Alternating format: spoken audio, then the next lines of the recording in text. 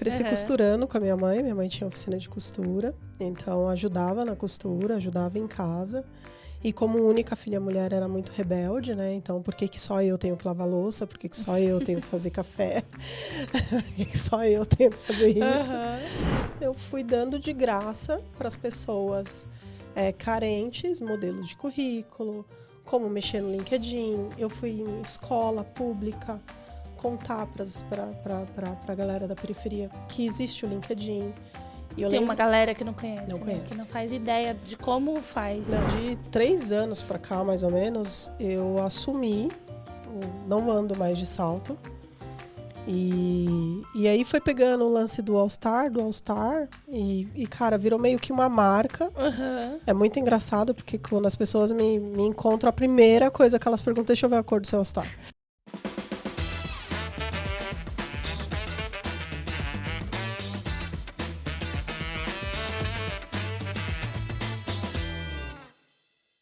Olá, pessoal! Estamos começando mais um episódio do Let's Women, que tem como objetivo falar e trazer mulheres inspiradoras para contar suas histórias que trabalham no mercado financeiro, com tecnologia, com inovação. Hoje eu estou com uma convidada muito especial, né? Vou dar aqui um spoiler da biografia dela, mas vou deixar que ela se apresente melhor para vocês conhecerem também.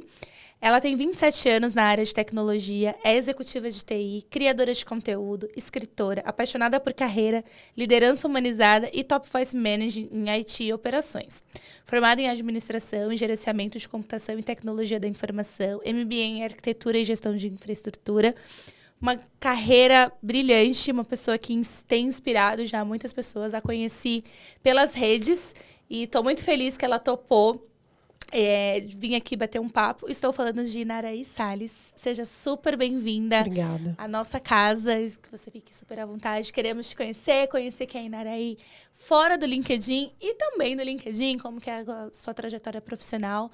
Sinta-se à vontade, é um prazer ter você aqui com a gente. É sempre um prazer ser convidada para esse tipo de projeto, né?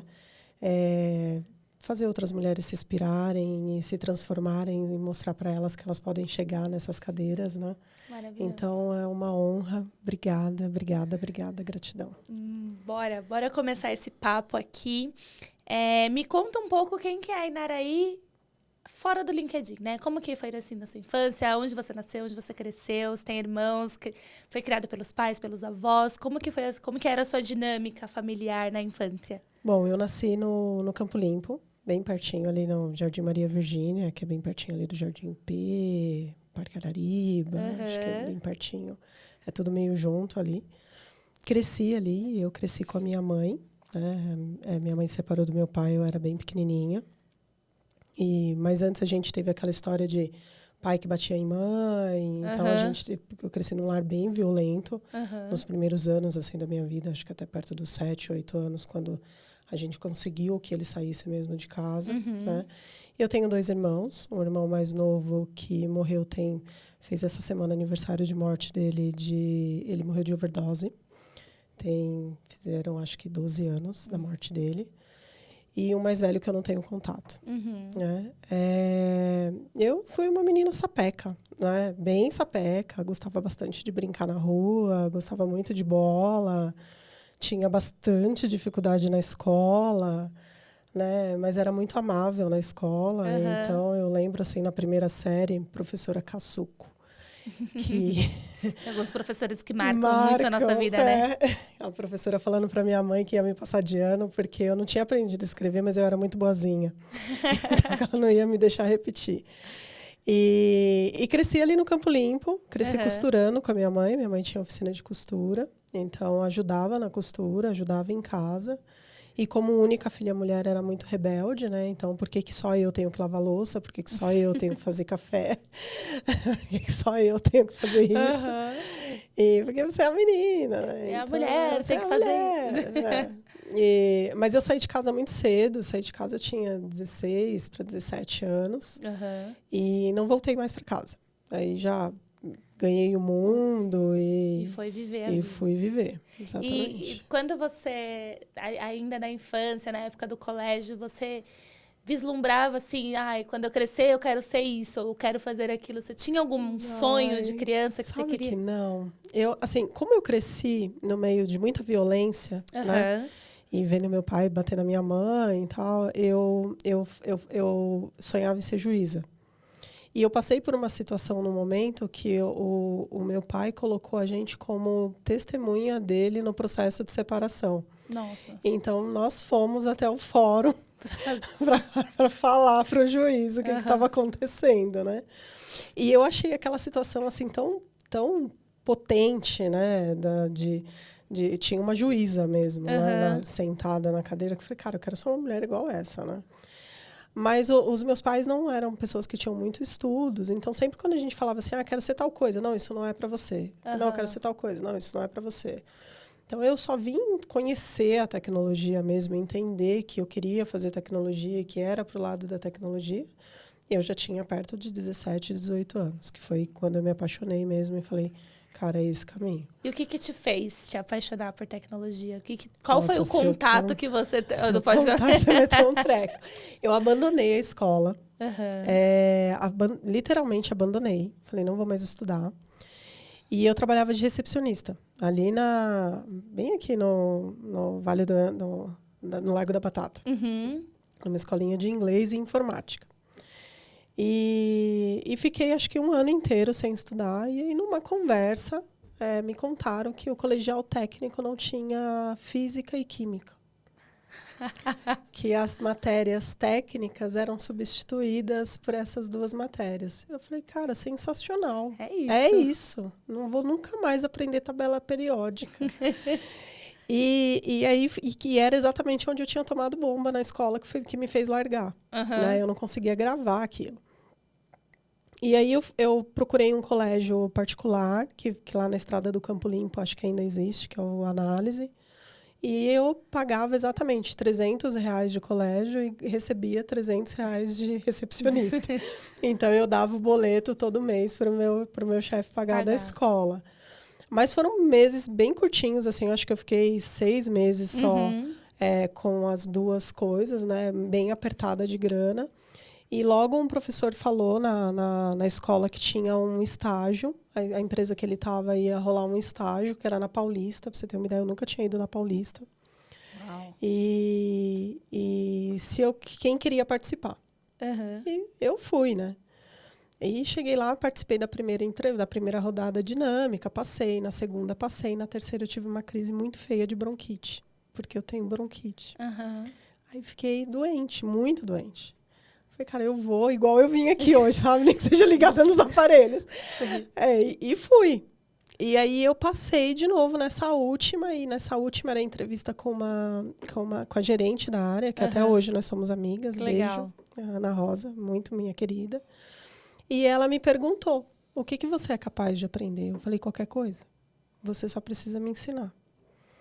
E, cara, ela se apaixonou, assim, por mim, né? Eu sempre fui muito pequenininha, né? E eu entrava ali para o escritório, eu não queria ir embora.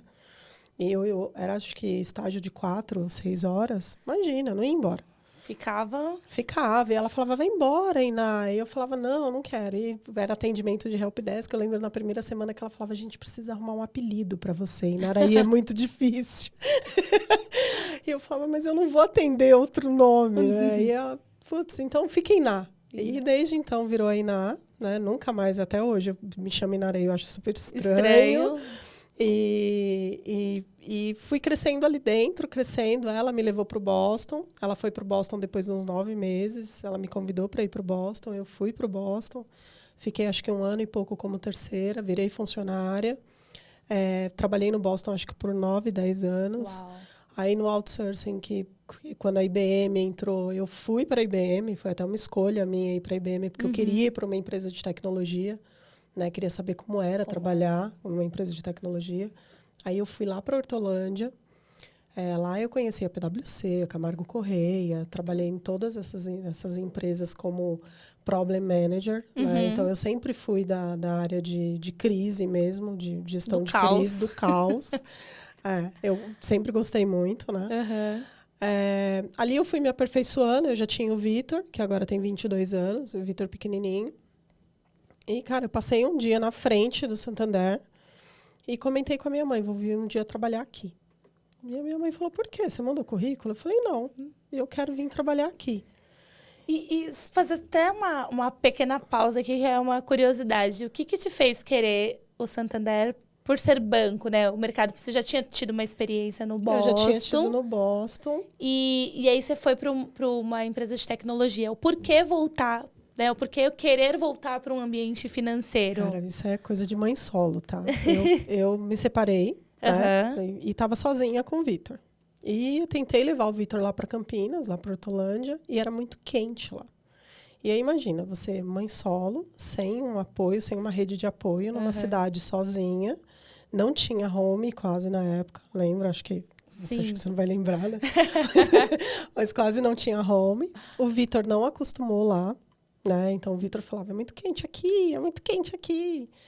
E o Santander era assim, do lado da minha casa. Dava, sei lá, 20 minutos da minha casa. E aí, na minha cabeça, assim, eu olhei e falei, cara, aqui eu vou conseguir cuidar melhor do meu filho, né? Eu vou conseguir estudar, porque lá em Hortolândia eu não conseguia estudar. Eu vou conseguir estudar e eu não vou ficar dependendo de ficar pedindo para as pessoas. Então, esses 3 anos que eu fiquei na IBM, eu ficava literalmente implorando para as pessoas ficarem com o Vitor. Né? Deixa aqui, deixa lá. E aí levava, às vezes, para Campinas. E ele ficava uma semana comigo em Campinas. Aí ligava para a chefe e falava, não consigo ir porque eu não tenho quem deixar meu filho. Então, assim, foi uma época muito sofrida, muito difícil. E é uma realidade que a gente vê de muitas mães, né? Nossa. Muitas mulheres que são mães solos, até as que não são, mas acho que para quem é mãe solo é muito pior o contexto, o cenário, porque você não tem o que fazer.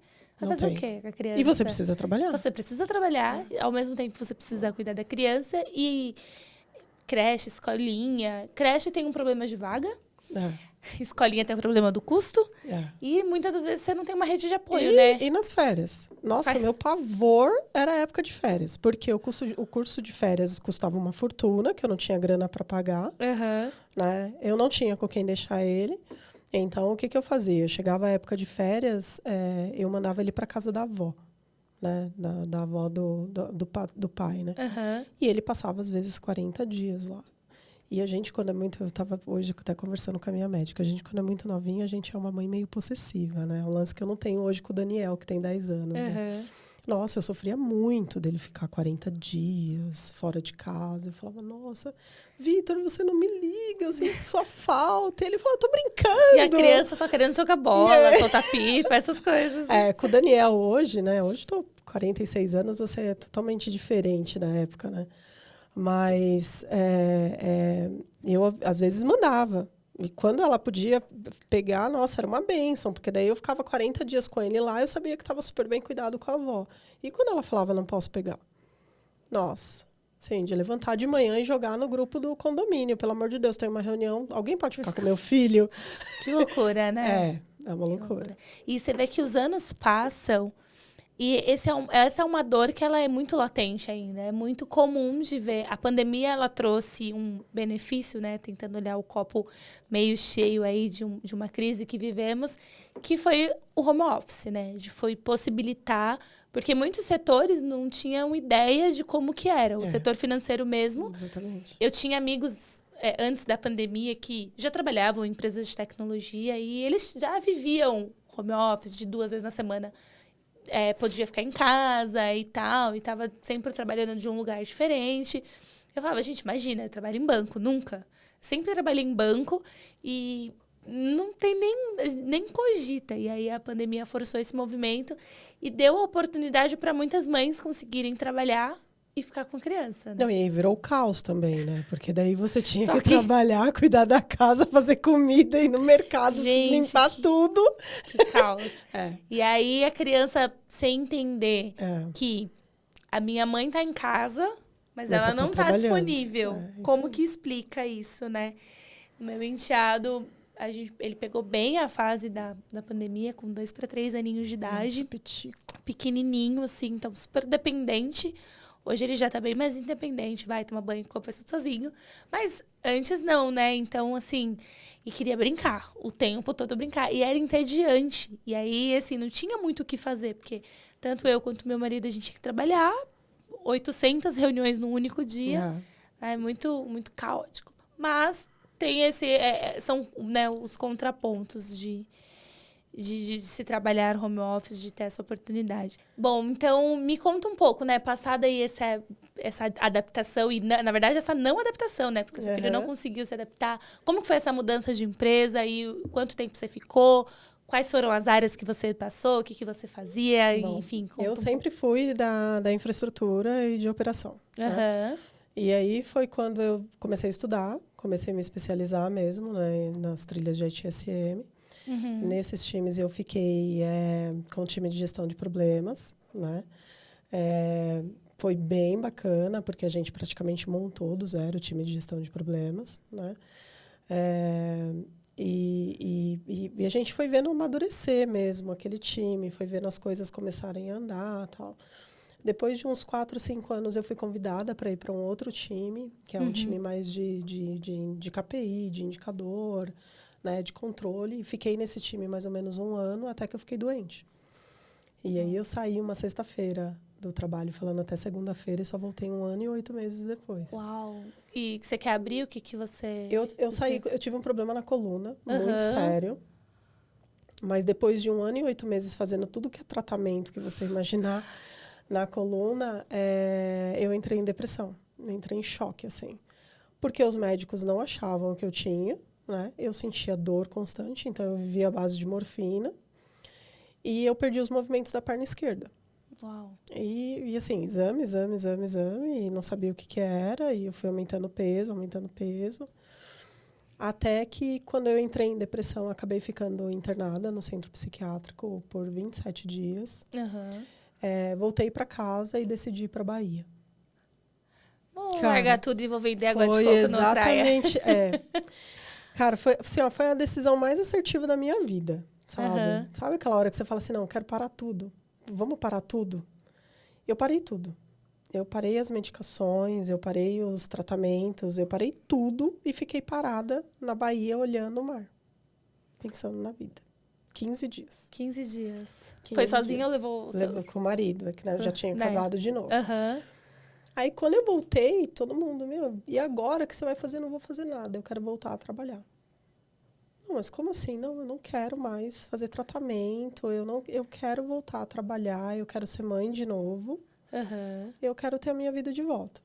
Nesse tempo que eu fiquei afastada, eu fiz alguns cursos, fiz curso de cabeleireira, para passar o tempo mesmo, né? Fazendo muito tratamento, entre uma fisioterapia e outra, que eu ficava um tempo esperando para entrar no médico, então eu estudava. Mas falei, não, eu vou voltar, né? E, cara, foi a virada de chave, assim, na minha cabeça. Porque daí, quando eu voltei, depois de uns 6, 7 meses, eu fiquei grávida do Dani, que foi uma gravidez de risco, né? E quando eu tive o Dani, que eu voltei perdendo 27 quilos. Uau. De cara, assim, né? Estudando exatamente o que eu queria estudar, traçando o MBA, traçando todas as certificações e separando 1 ano só para caridade. Foi a minha meta com Deus. Sabe? E eu fiz exatamente como eu tracei. E eu tô ouvindo você falar em vários momentos aqui, eu estudei e eu fiz o curso, e eu tô achando super interessante, porque alguns anos atrás, a Iná largou os estudos, né? Então, Larguei. como que é esse processo de transformação e o poder que a educação tem de fato, transformar, né? Em algum momento você entendeu que, tipo, não, eu preciso voltar. Tudo bem, a gente não precisa da química, deixa ela lá no cantinho dela, deixa para quem gosta. Eu tenho uma colega que ela na época, ela sempre quis fazer medicina veterinária, ela tinha tabela periódica, assim, no teto, Nossa. porque de tão louco. Então, deixa para quem gosta, né? Eu também nunca fui muito fã. E aí, você passou, né? Então, às vezes a gente vê, até pessoas que possam estar nos ouvindo, que não era ali a melhor aluna da escola, que tinham as melhores notas e que tinha ali, né, a gente sabe que tem uma galera que já é mais nerd e tal. E que é possível e que, tipo, sim, dá para você ter esse processo de transformação. Então, eu acho super legal de que você mudou, né? De quem abandonou os estudos para quem está sempre se especializando. Isso é um tema super importante de você tocar, porque principalmente nós, mulheres, a gente tem aquela síndrome de nós somos burras, né? Uhum. A gente não sabe, os meninos são matemáticos, os meninos sabem, os meninos são descolados, os meninos são lógicos e nós não, né? Então, a gente tem que ir para o lado de vamos fazer outras coisas que não lógica, não vamos fazer tecnologia, porque a gente não foi feita para tecnologia. Uhum. E eu brinco que eu sou a prova viva de uma pessoa que não gostava de estudar, que não tinha facilidade com exatas, né? E que se destacou por o simples fato de querer querer, né? Eu queria muito, né? E o querer, cara, eu brinco muito no acredite, né? Olha no espelho e acredita. Né? Se você olhar no espelho e não acreditar em você, cara, ninguém mais vai acreditar nessa vida. É verdade. Né? E eu lembro que quando eu decidi abandonar todo o tratamento e eu decidi que eu queria acreditar em mim, não era médico, não era marido, não era família, não era ninguém. Eu queria acreditar em mim. E ali eu estava disposta a tudo. Se fosse ser demitida, o que não aconteceu, muito pelo contrário, eu criei uma carreira sólida e uma carreira extremamente bem estruturada depois que eu voltei de licença médica. E isso é super importante falar, né? Porque as pessoas pensam eu fiquei doente, acabou tudo. Não. Precisei ficar afastada. E tem gente que tem até medo de se afastar e de se tratar, né? Então, de saber que tem um problema, às vezes a pessoa até reconhece, mas ela tem medo do que vem depois, né? E se eu me ausentar? Nunca acabou, não, é isso que tá não falando. É isso. Não é verdade. Assim, a gente precisa parar, cuidar da saúde. E quando voltar, né? Eu voltei. Né? E eu lembro que eu passei por um episódio, assim, quando eu voltei, que eu tive uma crise, assim, de choro um dia. E um colega falou para mim assim, por que você não volta a fazer o tratamento de novo? Eu falei, porque eu não estou doente. Eu não estou doente. O fato de eu hoje ter ficado nervosa não significa que eu estou doente, né? Porque as pessoas acabam tendo aquele negócio, puta, ela já ficou afastada. Te rotula, né? Não, eu não estou doente. Eu na hora falei, não, eu não estou doente. Estou nervosa agora. E já vai passar. Né? É pontual. Isso. Então, eu acho que foi uma mudança de chave mesmo, de eu não consigo pro eu consigo. Eu não aprendo pro eu vou aprender sim, só que do meu jeito, não do jeito tradicional, porque eu não aprendo do jeito tradicional, eu aprendo do meu jeito. Eu sou disléxica, né? Então, é diagnosticada mesmo com dislexia. E o disléxico, ele aprende de um jeito diferente. Porque ele lê de um jeito diferente. Né? A gente olha as letras e vê de um jeito diferente. O cérebro funciona de um jeito diferente. Então, eu aprendi que eu preciso aprender do meu jeito.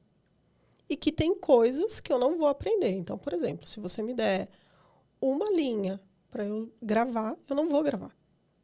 Mas se você pedir para eu entender e falar do meu jeito, vai virar uma história inteira.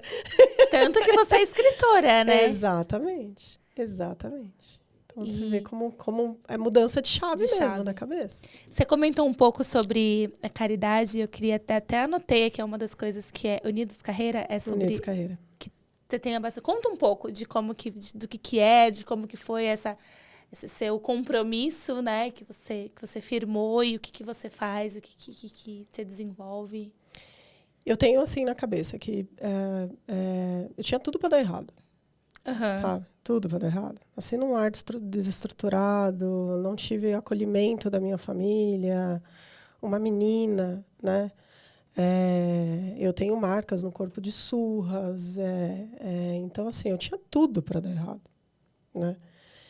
E aí eu fui encontrando pessoas ao longo da minha vida que foram me ajudando a dar certo.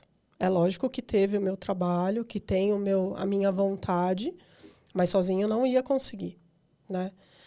Então, quando eu decidi montar o Unidos, e quando eu decidi viver para a caridade mesmo, porque hoje, literalmente, se você me chamar para um shopping, eu não vou. Mas se você me chamar para fazer alguma coisa para ajudar alguém, eu vou na hora. Né? eu decidi devolver para o universo tudo aquilo que eu consegui. Entendeu? Sim. E é um negócio tão viciante, assim, tão louco, que quanto mais você planta bondade, mais você tem vontade de plantar bondade e gentileza. Sabe? Eu brinco que um dia eu vou fazer um treinamento de seja gentil. Como 10 passos para ser uma pessoa gentil. Porque hoje em dia tudo é assim, né? Você vende 10 passos para se tornar uma pessoa. Exatamente. E a caridade traz isso. De você olhar o outro no momento de vulnerabilidade e saber que você já esteve naquele lugar ou que você um dia pode estar. Né? E que alguém te estendeu a mão. Então, quando eu fiquei doente, eu tive muitas pessoas que me estenderam a mão. Né? Tive muitas pessoas que me mandaram mensagem perguntando: Iná, como você tá? Iná, tá precisando de alguma coisa? Que foram me visitar no hospital. Que não foram me visitar, mas que me mandaram uma mensagem. Né? E até hoje, tá? Até hoje eu tenho muitas pessoas que me acolhem. Que muitas, legal. assim, é muita gente. Gente que eu nunca vi na vida me acolhe. Então, eu decidi que eu ia viver, com quantos anos eu fosse viver de vida para frente, uma parte do meu dia ia se destinar à caridade. E não é que, assim, uma parte da minha semana. Não é. Todos é uma os dias. parte do meu dia, todos os dias. Então, todos os dias eu ajudo alguém. Nem que seja com uma palavra de vai dar certo. Nem que seja com um material de tá aqui. Nem que seja com um conteúdo do LinkedIn. Às vezes eu faço conteúdo no LinkedIn destruído, assim, sabe? Aquele dia, assim, horrível, que você fala assim, meu Deus, tudo que eu queria era cavar um buraco, me enfiar dentro. E aí eu olho no meu LinkedIn, olho os quase 44 mil pessoas que eu tenho lá. E eu falo, não, cara, eu tenho que criar um conteúdo para alguém aqui, porque eu vou ajudar alguém agora. E aí eu vou lá e crio um conteúdo e pá, bomba. Sabe? Dá 50 mil views. Então, parece que é Deus mesmo mostrando, assim, de não desiste. Fica aí. Tem um propósito muito maior, né? Eu acredito muito nisso de propósito. E quando a gente vê que uma coisa que a gente fez, um post, um vídeo, uma gravação, e você ouve e fala, pô, eu assisti e isso foi pra mim, serviu pra mim, eu acho que não tem recompensa maior do que essa, né? Mas voltando um pouco aqui pro seu, que a gente vai e volta, né, nos assuntos. Mas é gostoso isso aí. É um bate-papo. Um bate-papo voltando de amigas. um pouco ali na sua trajetória profissional, você volta dessa sua pausa e começa ali, teve uma atuação por alguns departamentos. Como que foi os próximos passos de carreira, né? O que você fez? Eu tracei uma meta mesmo. E aí eu sempre falo isso, eu tenho um plano, né? Eu tracei um plano que no primeiro ano eu ia ter o Dani, né? Eu ia emagrecer, cuidar da minha saúde, né? Então eu emagreci mesmo, virei rata de academia. Depois eu ia fazer um MBA, né? E eu ia virar meio que dentro da área que eu trabalhava, meio que um faz tudo. Então, cara, eu falava assim, ó, troca esse chuveiro aqui. Eu falava, não, eu faço. Eu fazia tudo. Tudo que me pediam, eu fazia. E que eu ia ficar nesse faz tudo 1 ano e meio. Era a meta. Tá. Mas nesse 1 ano e meio de faz tudo, eu ia estudar muito. Muito. Assim, de forma desregrada. E eu fiz mesmo de forma desregrada. Assim, de não ter final de semana, de não ter viagem, de não ter, vem aqui comer uma pizza, não. Sabe? Tô estudando. Tô estudando. Né? Igual agora eu tô no inglês e no espanhol. Vamos ali? Não, tô estudando. Então, eu fiquei 1 ano e meio estudando. Muito. E aí, quando eu acabasse o meu MBA, a meta era virar ITU Expert. Que eu sempre fui muito apaixonada pelas trilhas de ITSM. Sempre, de toda a operação. Mas eu queria me tornar especialista em toda a estratégia mesmo. Porque eu gosto bastante do técnico, mas eu gosto muito da estratégia da tecnologia. De como você monta e encaixa para que as coisas funcionem.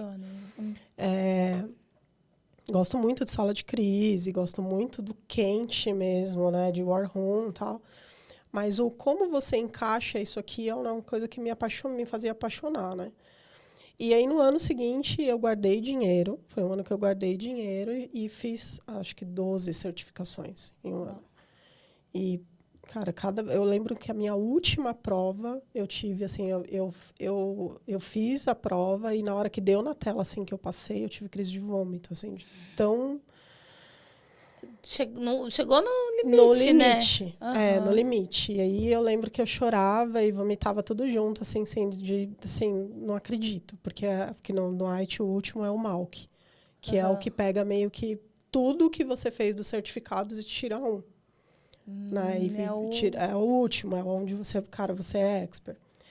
Só que quando eu acabei aquilo, eu olhei e falei, cara, tá, e agora o que eu faço com esse monte de certificação? A louca dos certificados. Faz o quê? Eu queria colocar aquilo em ação, eu queria colocar aquilo no dia a dia. E aí foi onde eu comecei a pegar case, de graça mesmo. Me conta aí, tem um problema aí? Não, tem. Não, deixa eu montar para você. Olha, eu montava case para poder estruturar para as pessoas, para poder ir ajudando e de graça. Então, todo mundo que falava assim, estou com um problema aqui na minha empresa, assim, eu posso te ajudar? E eu comecei a entrar em fóruns e eu sou IT Expert, acabei de tirar minhas certificações, posso te ajudar? E ajudando. Só que junto eu montei o Unidos, que é ele é um grupo de apoio a pessoas desempregadas.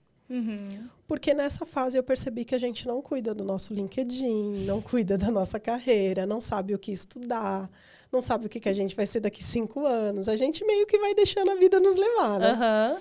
E aí eu fui pegando tudo que eu montei nesses anos, montando material e entregando para as pessoas que não podem pagar um outplacement, por exemplo.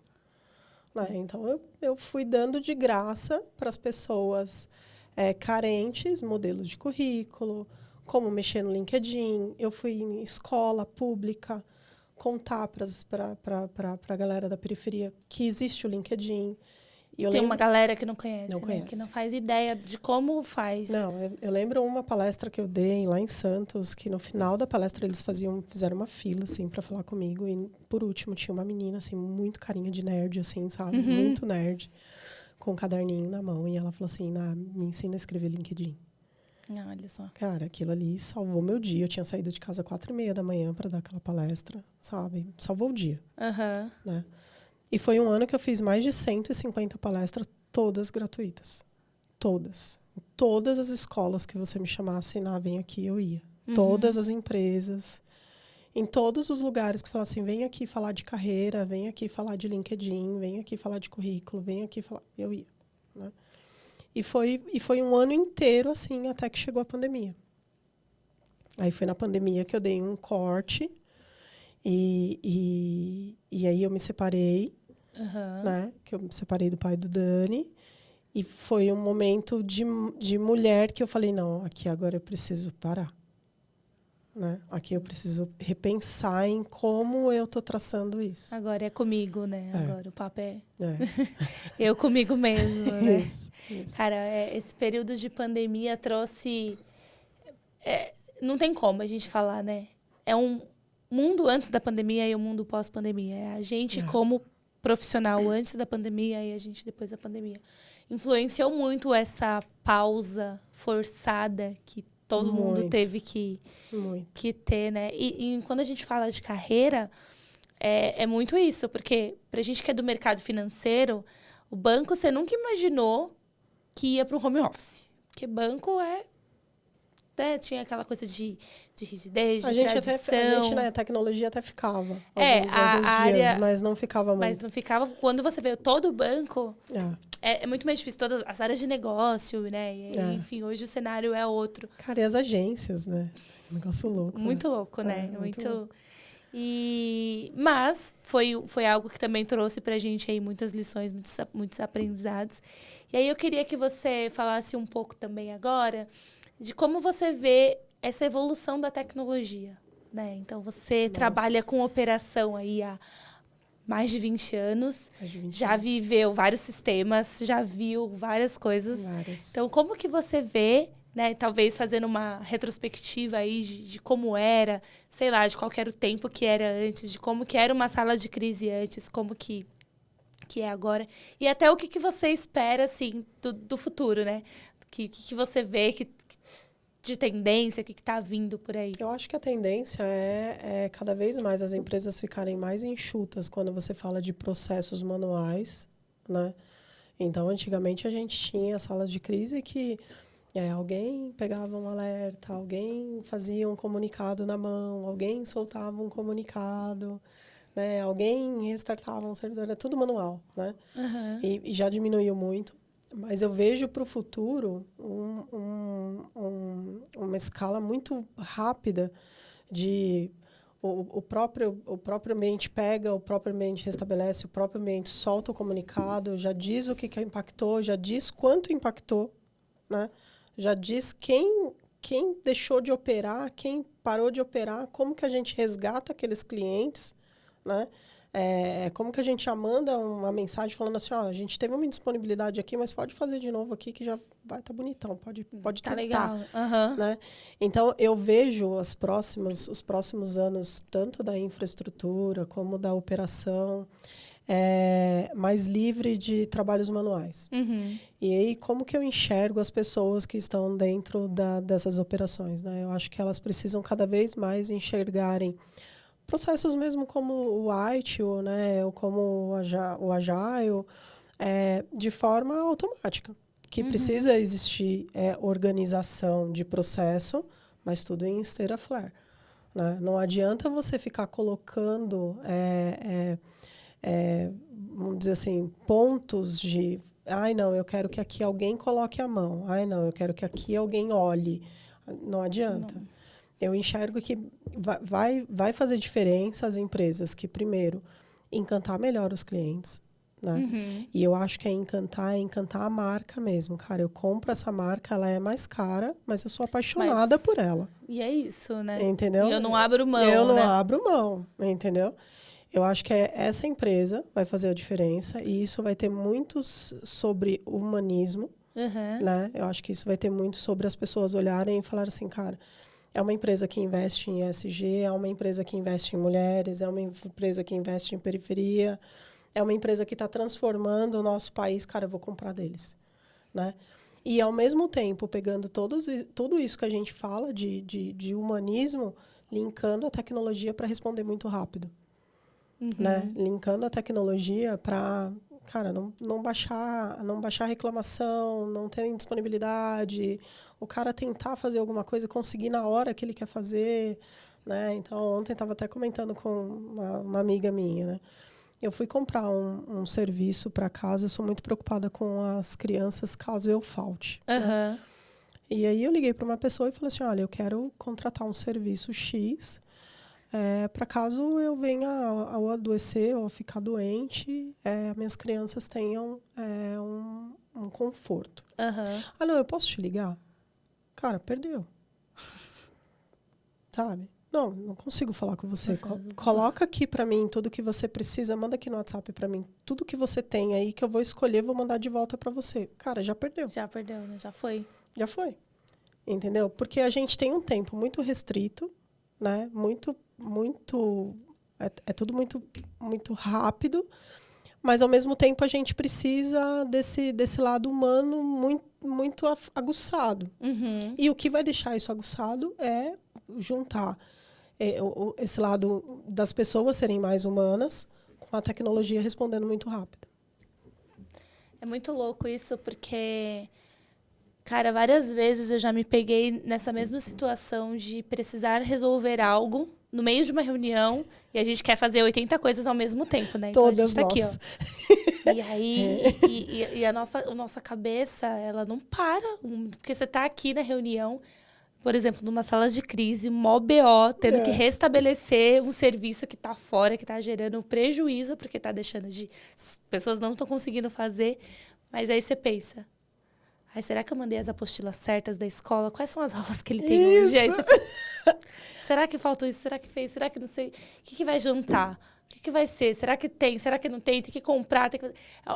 A logística familiar, ela tem esse complicômetro. E aí, quando você tem equipe, já tem mais outros filhos, né? Que acaba sendo, porque você...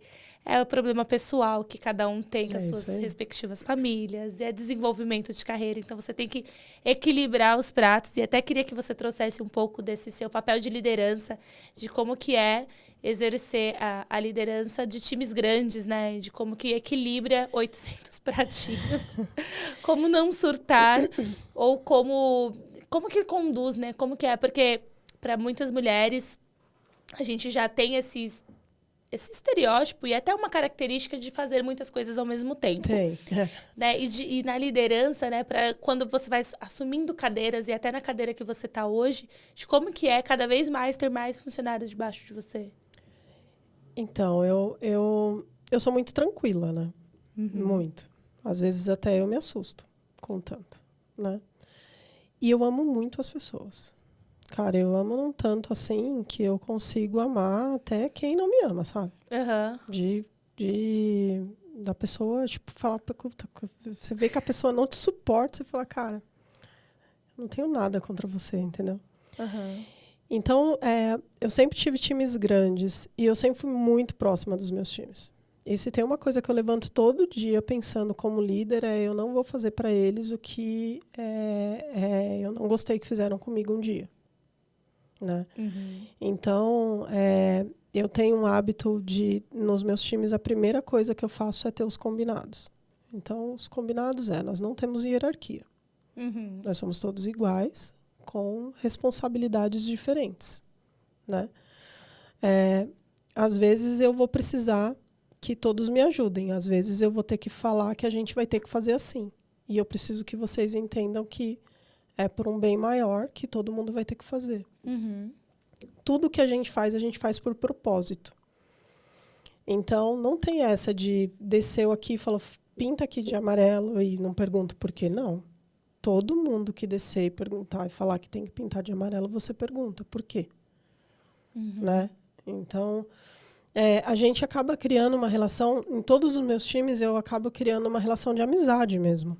Isso é muito louco, né? Porque, cara, é um negócio muito legal. Porque, assim, eu saí tem times que eu saí já, sei lá, 4 ou 5 anos e as pessoas me mandam mensagem em todos os meus aniversários.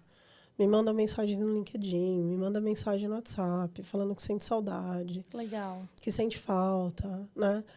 E a minha meta é cada vez ser uma executiva mais humana e uma executiva mais diferenciada de quando fala de tratamento de pessoas mesmo. De ouvir, de entender, de falar, tá, como que nós vamos resolver isso aqui, de mediar. E nem sempre dá certo, tá? Tem isso. Nem tudo são flores, né? Não. O famoso. Nem sempre dá certo. E nem todo mundo gosta de você. Mas eu acho que o que você precisa ter muito claro na sua cabeça, que é um lance que eu tenho muito claro em mim, e é um lance que acho que a gente estava conversando aqui quando eu cheguei, é de você olhar no espelho e saber que você nunca fez aquilo para prejudicar ninguém. Então, cara, se você olhou no espelho e você sabe que você não fez para puxar o tapete de ninguém, que você não é uma pessoa de uma conduta duvidável, que você não mentiu, que você não enganou, que você não foi mau caráter, sabe? Que tudo bem de você não ser a melhor, mas que você fez o melhor, entendeu? Isso é um lance que não paga. Não paga, né? Não paga. Esse lance de ser o melhor, a gente tem muita cobrança e a gente se compara muito, né? Muito. Como mulher, como profissional, como mãe, como esposa, enfim, a gente está sempre se comparando. E eu aprendi com a professora do meu enteado que ela fala assim, quando eles vêm trazer a atividade, eu não falo que tá errado, ou que tá feio, ou que precisa pintar melhor, né? Ou que precisa escrever com uma letra mais, talvez, legível ou mais redonda. Eu pergunto se é o melhor que você fez. É isso aí. É o melhor que você fez? Será que você pode fazer melhor? Então, eu posso. Eu não consigo. Então, da próxima vez eu te ajudo a fazer melhor. E ela vai usando Porque eu falei, cara, é sobre isso, né? Porque a gente quer tantas vezes, a gente fica tão pressionado ali em ser fazer, 10, em ser 10. E abraçar, e dar conta, e não, deixa que eu faço, eu levo, eu busco, eu não sei o quê. Chega uma hora que, primeiro que o sistema para, ele vai desligando. A gente fica doente, né? A gente não... Mas é saber que... E segundo que a gente perde um tempo muito precioso se testando, né? E o tempo passa e você fala, cara... E quando você entende isso, você fala, por que eu perdi tanto tempo... Você falou rodando essa macro aqui, tentando. Você falou um negócio muito legal. Ano passado eu fui chamada na escola do Dani, né? E aí eu sou meio que uma mãe holograma, eu nunca vou na escola. Uhum. E aí, já era final do ano e a mulher insistiu muito, eu fui. E aí quando eu cheguei lá, sentei, a professora falou assim, mãe, o Dani talvez repita de ano. Eu falei, tudo bem. Aí ela, mas tudo bem? Eu falei, tudo bem. Eu tenho certeza que ele veio fazer o melhor. Se ele não é 10, ele é 5, tá tudo certo. Ele vai ser 5. Ele é 5 numa coisa, mas com certeza ele é 10. E em alguma coisa que o menino que é 10 é 5. E aí as duas olharam para mim, né? Falaram, que mulher louca, né? E aí elas, a gente queria saber se você não acha que deveria fazer um teste nele para ver se ele tem algum problema de aprendizagem. Eu falei, não. O que vai mudar? Por quê? O que vai fazer diferença, né? Uhum. Vocês vão tratar ele diferente? Ela, não, a gente não vai tratar ele diferente. Eu falei, então tá bom. Então vamos combinar assim? Quanto tempo falta, né, para terminar? Ela, 2 meses. Então esses 2 meses pode deixar comigo. E aí nesses 2 meses eu sentei com ele e falei para ele, falei, Dani, tá dando ruim. Não tá legal, né? Cara, uma conversa de um dia. Falei pra ele, falei, Dani, tá dando ruim, eu nunca peguei no seu pé por causa da escola, você faz as coisas do jeito que você quer, mas não tá bom? Então, assim, pensa como você quer fazer. Se você quer levar assim, tá tudo certo, ano que vem vai repetir, faz de novo, tá tudo bem. Se você acha que dá pra fazer melhor, faz melhor. Eu tenho certeza que você pode fazer melhor. Cara, o moleque fez assim, vum. Passou de ano. Passou. Então, pra você ver, né? Às vezes não é o cobrar. É o como falar. E acho que isso se replica totalmente para o ambiente corporativo, né? Nossa, muito. Muito. Feedback, sabe? Ao invés de você descer a lenha num profissional, de você isso, você aquilo, você aquilo. Cara, você é ótimo em tal coisa, em tal coisa, em tal coisa, em tal coisa. Vamos pensar em como desenvolver os seus talentos? Né? Porque, assim, no que a gente não é bom, a gente não é bom. Né? Mas no que a gente é bom... Vamos pensar como que a gente fica muito bom naquilo que a gente é bom, né? Como que a gente se torna uma referência, né? Exatamente. E você é um exemplo vivo disso que, tipo, cara, eu odeio tabela periódica, eu odeio química. Mas eu sou muito boa e eu tenho eu tenho isso, eu sei, eu conduzo. Então, assim, é sobre, né? É sobre você. Em organizar as coisas, né? Eu sou muito boa em organizar as coisas, eu sou muito boa em colocar cada coisa no seu lugar. Muito boa, assim. Às vezes até eu assusto o quanto de coisas que eu consigo tocar ao mesmo tempo e sem fazer ninguém passar agonia. Uhum. Entendeu? Então, às vezes, fala, eu percebo que alguém está passando uma agonia aqui. Eu falo, não, isso aqui deixa aqui. Pode deixar que eu olha isso aqui. Uhum. Depois a gente vê o resto. E assim você vai conseguindo gerir, assim, né? Porque hoje você lidera quantas pessoas? Hoje são 59. São 30 estagiários, pretos e pardos. Legal. E o resto tudo de time mesmo. De 59 problemas 59. Diariamente. E quando eu digo problemas, é porque são indivíduos que têm situações, que têm o seu dia a dia. Eles são incríveis, que tem, né, assim... eu falo igual a professora da escola, são 30 falando ao mesmo tempo, né? Então, são 59 atividades, são 50. Eles são incríveis. E quando você tem um time parceiro, você consegue... Esse número, ele fala assim, tá bom. Então, tá tudo bem. Não pesa. Se você perguntar, pesa? Não pesa. Eu já fui líder de 100. Uhum. Né? E em 3 turnos diferentes, 24/7. Se você perguntar para mim se eu sofria, não. Eu falava com os 3 turnos em 24/7, de domingo a domingo. Eu perguntava para eles, assim, meu relógio biológico, às 3 da manhã, eu acordava e mandava, tá tudo bem aí? Vocês estão bem? Sim, e até hoje, é engraçado que até hoje, às vezes é meia-noite, 1h da manhã, eles mandam mensagem. Uau. Iná, tá acordada? Você ainda fica acordada de madrugada? E às vezes eu tô estudando, eu falo, não, tô estudando. Ai, Iná, que saudade de você. Então, para você ver como faz falta, às vezes, só um oi, tá tudo bem? Faz né? muita falta, né? Não, eu queria, assim, aí é bem curiosidade. Você já trabalhou em muitas salas de crise, já viveu vários momentos. Tem algum, assim, que foi marcante para você, que você olha e você fala, cara, não precisa citar a empresa, enfim, claro, obviamente, mas, poxa, a gente pegou isso aqui, isso, tipo, algo que te desafiou, teve. alguma... Teve uma num domingo. Eu tava me trocando para sair. E me ligaram e falaram assim, cara, tem uma aplicação fora aqui e tá dando ruim.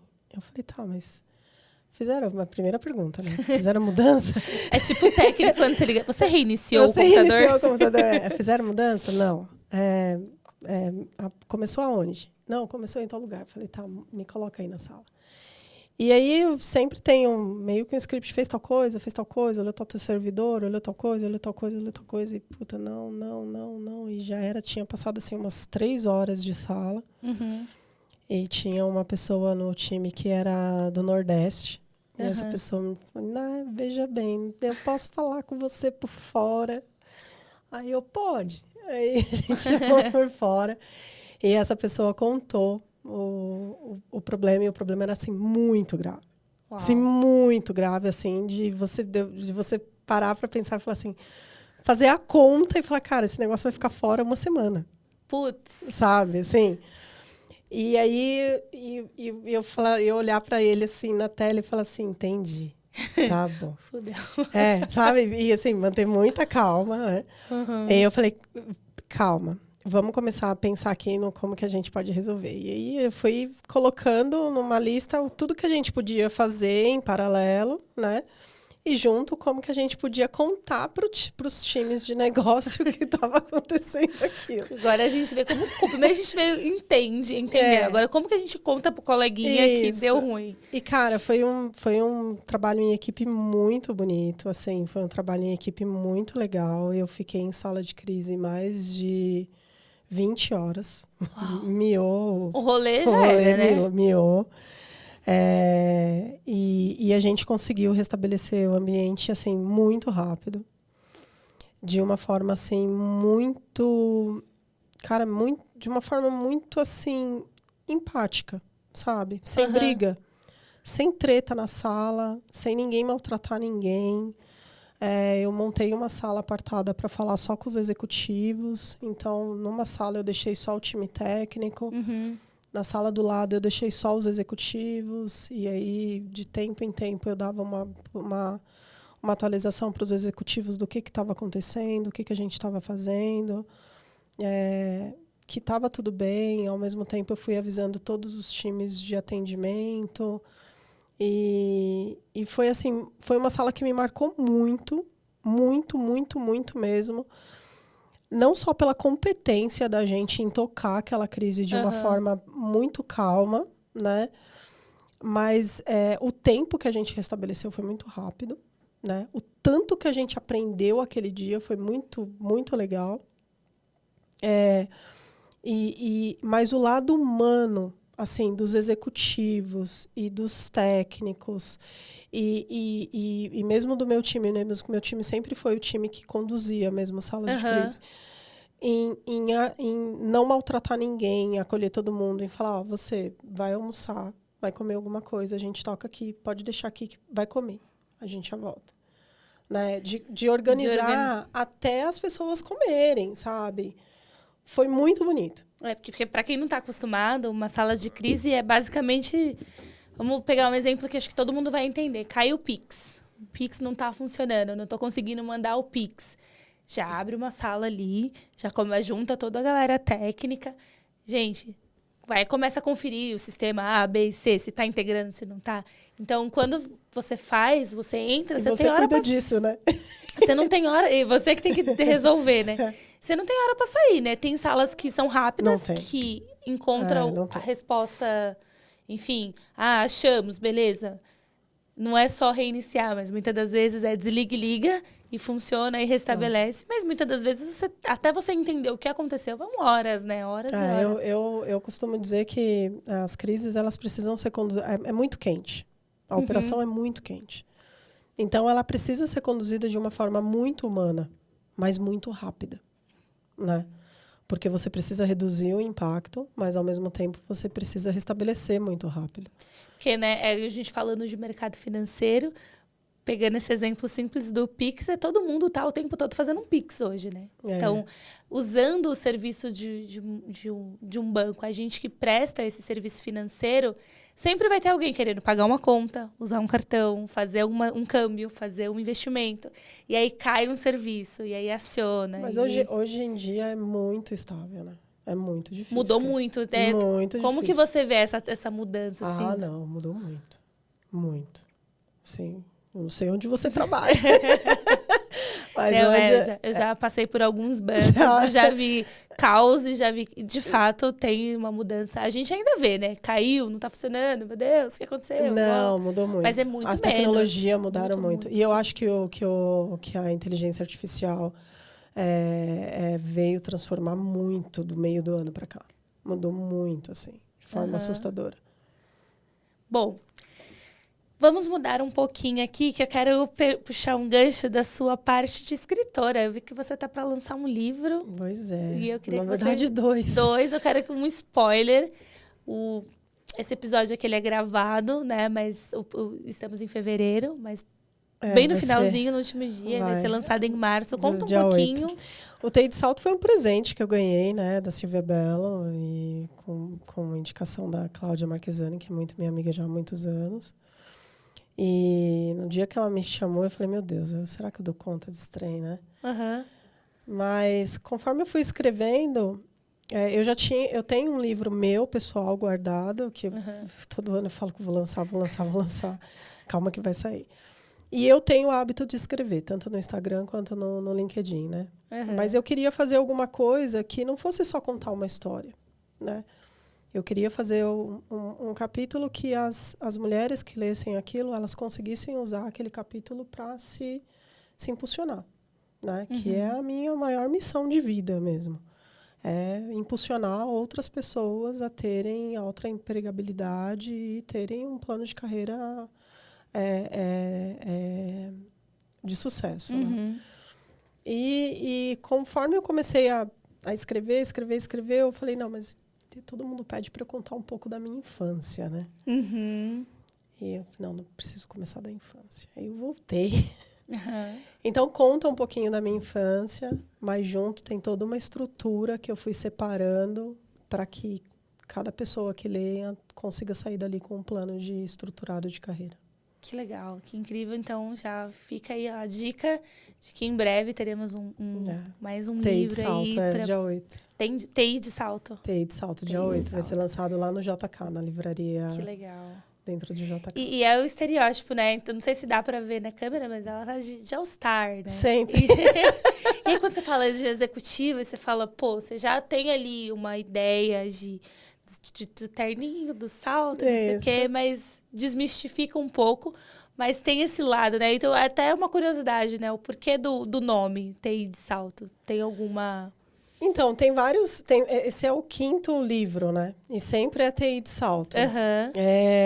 Mas é engraçado que a gente fala até para a Silvia, né? Que não é de salto, é de tênis, do que quiser. Eu, por exemplo, comprei um All-Star rosa. Pink, na verdade. Para ir no dia do lançamento. Né? Eu acho que a gente tem esse estereótipo de que mulher está sempre de salto, executiva está sempre de salto. O que vem se quebrando um pouco já há alguns anos, né? Eu, por exemplo, acho que eu não uso mais, raramente. Mas ainda tem bastante esse estereótipo que a gente anda de salto. Sim. Isso. E tá tudo bem, gente. Quem gosta de usar salto, continue usando. Mas é normalizar quem não gosta, né? Exatamente. Porque muitas das vezes a gente teve que usar. Não tinha a opção de não usar. Não tinha. Né? Então, não tinha. Tem que ir. Tem que ser. Eu lembro de... Sempre morei longe, sempre morei cresci na periferia, então era trem, ônibus, metrô, todo aquele rolê para chegar no trabalho. E não dava. Salto era humanamente impossível, até porque o salto ficava na escada rolante, era uma loucura. Então eu ia de chinelo, ia de tênis e com o sapato na bolsa, chegava lá, trocava, porque tinha que estar de salto, né? Eu sou muito pequenininha, né? Eu tenho 1,54 m, eu sou bem pequenininha. Então, geralmente, quando as pessoas encostam em mim, falam, gente, você é muito pequena, né? Se eu tô de salto, isso esconde um pouco. Mas depois que eu tive de 3 anos para cá, mais ou menos, eu assumi, não ando mais de salto. E aí foi pegando o lance do All-Star, e, cara, virou meio que uma marca. Uhum. É muito engraçado, porque quando as pessoas me encontram, a primeira coisa que elas perguntam, deixa eu ver a cor do seu All-Star. Que legal. Uma coleção de All-Star. Isso, e eu tenho quase que uma coleção de All-Star. E virou uma marca mesmo, das pessoas sempre me encontram, perguntam, que cor que você tá de All-Star hoje? Hoje eu tô de All-Star vermelho. Vermelho, que legal. Iná, a gente está caminhando para o fim aqui do nosso bate-papo, que se pudesse a gente ficaria aqui horas, mas né, a hora passa muito rápido quando a gente começa a falar, a conversar. Mas assim, já de antemão, quero super agradecer por você ter topado esse bate-papo, contar um pouco quem que é a Iná fora do LinkedIn, fora do currículo, fora do mundo corporativo.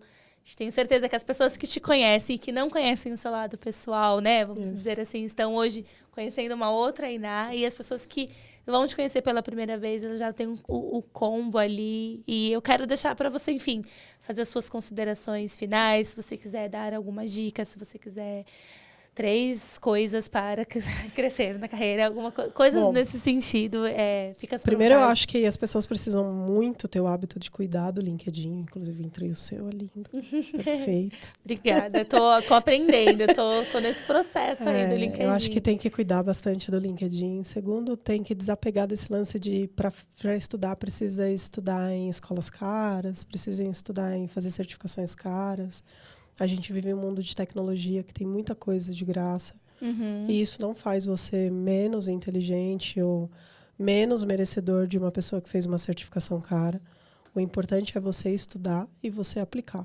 Uhum. Né? Então, eu acho que esse é o grande X. O terceiro cara, estuda inglês. Precisa. Assim, e não tem desculpa. Né? Sem choro nem vela. Sem choro nem vela. Eu sei que é difícil, não é fácil. Eu estou nesse desafio já tem quase 3 meses, mas é libertador. E eu posso falar por mim, você ouvir uma pessoa falar inglês e você entender do que ela está falando. Cara, é mágico. Assim, é mágico, é muito mágico. Né?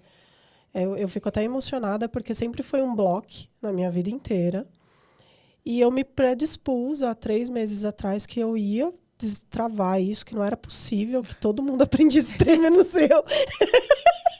Que karma é esse que não cara, é exatamente, sabe? E até me emociona, assim, porque ontem mesmo eu entrei numa reunião que metade falava espanhol, metade falava inglês, e eu entendi tudo, tanto em espanhol quanto em inglês. Ainda não tenho segurança para responder, e tá tudo bem. Né? Vai no seu tempo. Mas eu já consigo entender muito bem e ler muito bem. É claro que isso está me custando de 3 a 4 horas por dia, né, de estudo, e de leitura, e de escrita, e de responder, e de mandar áudio para a professora de espanhol em espanhol, e ela corrigir, e falar não tá bom, e de muita cara de pau, né? Mas eu percebo que está me levando para um mundo que eu achei que não era meu. Né? Que não te pertencia. Que não me pertencia. Né? Que não pertencia, porque ninguém nunca falou que tinha que ser assim. Então, eu acho que essas três dicas e aí para fechar o acreditar em você. Cara, todo dia olha no espelho e fala, eu acredito em mim, vai dar certo. eu acredito em mim, vai dar certo. Né? Eu tenho um caderninho na minha casa que eu anoto todo dia, vai dar certo. Né? E fazer caridade, né? A gente ser grato ao mundo, né, André? Eu acho que isso é mágico. E tá cada vez mais escasso, né? Fazer o bem pelo simples fato de fazer o bem. As pessoas, elas estão querendo fazer já pensando no que ela pode receber em troca daquilo. Eu participo de alguns grupos de executivos, né? E é muito, muito legal isso, que toda vez que entra um executivo, e são altos executivos, C-levels mesmo, eles ficam admirados de ver o quanto eu colaboro dentro dos grupos. E aí ontem um C-level me chamou, já era, sei lá, acho que 9 horas da noite, falou para mim, a gente não se conhece, eu sou C-level da empresa X, mas eu vi que você ajudou uma pessoa X do grupo que estava desempregada a montar o currículo dela, e eu queria só tomar um café com você para te conhecer. Eu queria saber quem é a pessoa que para no dia para ajudar alguém. Cara, olha isso. Né? Então, assim, para você ver o quanto é transformador. E se cada um fizer um pouquinho, a gente consegue atingir, ampliar. Então, eu acredito muito nisso. Eu assim, tô muito honrada de estar aqui. Obrigada. Você é uma querida, linda. Eu acho que você pode contar sempre comigo para tudo o que precisar, lá no Grajaú e em qualquer lugar que você for. Eu sou de vocês, sempre e para sempre. Obrigada, queremos com certeza ter você aqui de novo para outros papos, para outras rodas. Tem uns formatos bem legais aí que a gente está programando para 2024. Então, pessoal, a gente chega ao fim de mais um episódio do Let's Women. Se inscrevam no canal para vocês receberem as notificações de que tem vídeo novo. Sigam a gente nas redes sociais, né? Então, para quem já segue, para quem já acompanha, a gente não tem só o Let's Women, a gente tem vários outros. Para quem está chegando agora, a gente tem SOS Bacen, que fala ali do Banco Central, os normativos, as regulações. E a gente deixa bem mais leve esse universo que é bem denso de destravar. Tem a parte de cripto, tem a parte do Black Voices também, tem o Let's Open. Então, tem muitos conteúdos, a gente tem newsletters. O objetivo maior é falar do mercado financeiro de forma simples, leve e descontraída. E ter essa troca, ter essa interação com as pessoas. E é isso, nos vemos no próximo episódio.